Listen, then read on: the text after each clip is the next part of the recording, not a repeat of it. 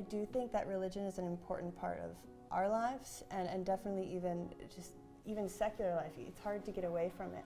So, but taking the time to understand it has definitely been an important experience for both secular and religious people who've come. I mean, the opportunity not to convert, but to have a conversation about something that's unfamiliar does help you understand a bigger part of your life outside of these walls. And people, sometimes I invite them to an event and they're like, oh, but I'm not religious. Like, can I still come? Or I'm an atheist. Can I still come? And I'm like, what do you mean? Of course you can come. Like we're not there's no, bouncer at the door saying if you aren't this observant, you have to leave. Absolutely. And I think all those people who have come have left feeling so like they've been, wow, like what a cool space. Like they learned something, I guess. And not just like the members of our faith. We've had Hindus, Buddhists, we should have a Baha'i, but we've had Baha'i members who've come, and each have shared a lot, and we've learned about our own faith and theirs in the process.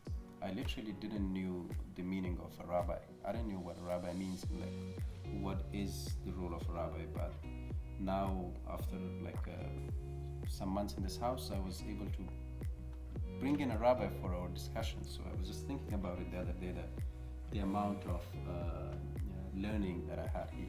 So I'm really grateful for that. We did an event where we went to the mosque, and it was kind of the basics to Islam. And you have to, my memory's slipping a little bit, but there's something in Judaism called the Shema. It's like the core of being Jewish, basically. Shema Yisrael, Eloheinu Adonai Echad. Like basically God is one, essentially, and that's what it says. And in Islam, they have almost the exact same thing, right? I mean, that's one of the pillars. So he's talking about the 5 pillars of Islam, and the first one, La ilaha illallah. That's so it was very interesting because the whole topic inside like a mosque was focused on the La ilaha illallah part only, because it's like very interfaith, like there is no God but God, right? And so it was just like going to this thing where again it was almost everyone was Muslim except for the two of us. And this thing, it almost could have been a rabbi saying it, like it was so similar, but it was not like an interfaith speaker. I mean, this was an event aimed at Muslims for Muslims, and you walked away being like, wow, like our faith, even though we all have unique traditions and unique histories, and there's been so much conflict over the years, at the core, our Abrahamic faiths are these monotheistic religions that all share so much alike, and I just thought that was so beautiful.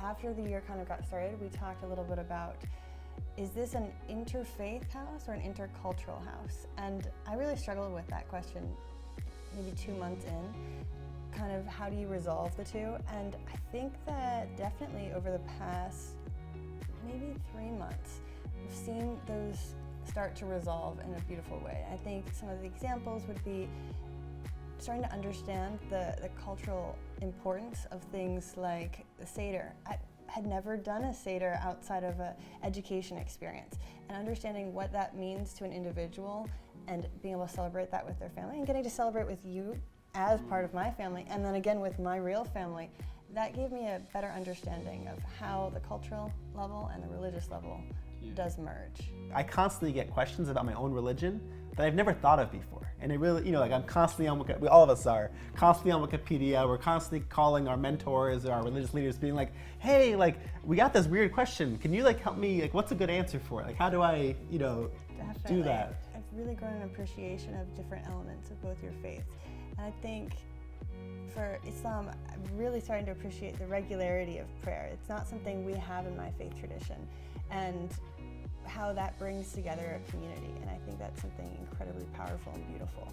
And for Judaism, I think the ritual is just so incredibly rich, and it's so beautiful, and I feel privileged to have been able to learn about it and participate and be able to facilitate other people gathering to do it. And it helps me understand my faith, but really shines a new light on both of yours that I hadn't anticipated getting to see. I think we had Rainn Wilson come and speak with us a couple months ago, and he said, when he was introducing his new book, he mentioned how important it is to look at the elements of other faiths that can make yours stronger.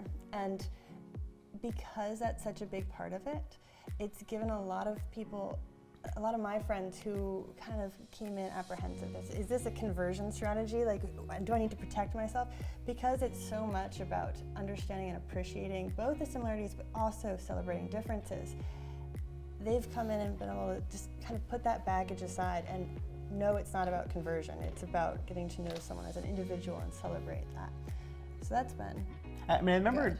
in my own Jewish community, there's been people who come to our events and they've said, I haven't been in a synagogue in 5 years, or like I haven't celebrated a holiday in a very long time, but I can come here and celebrate Purim or celebrate Passover in this space that I feel protected or I feel safe in. And I thought that was so interesting that they feel more comfortable, that coming to an interfaith event allows them to deepen their Judaism. And allows them to like dip their toes back into it, which I think is so beautiful. And I hope that like eventually they'll be able to feel comfortable going into their synagogue again one day or whatever, you know, because everyone has baggage, and in all three of our faiths there's complications and tough history sometimes. But I feel like our community hopefully is giving people a chance to like re-explore that part of themselves.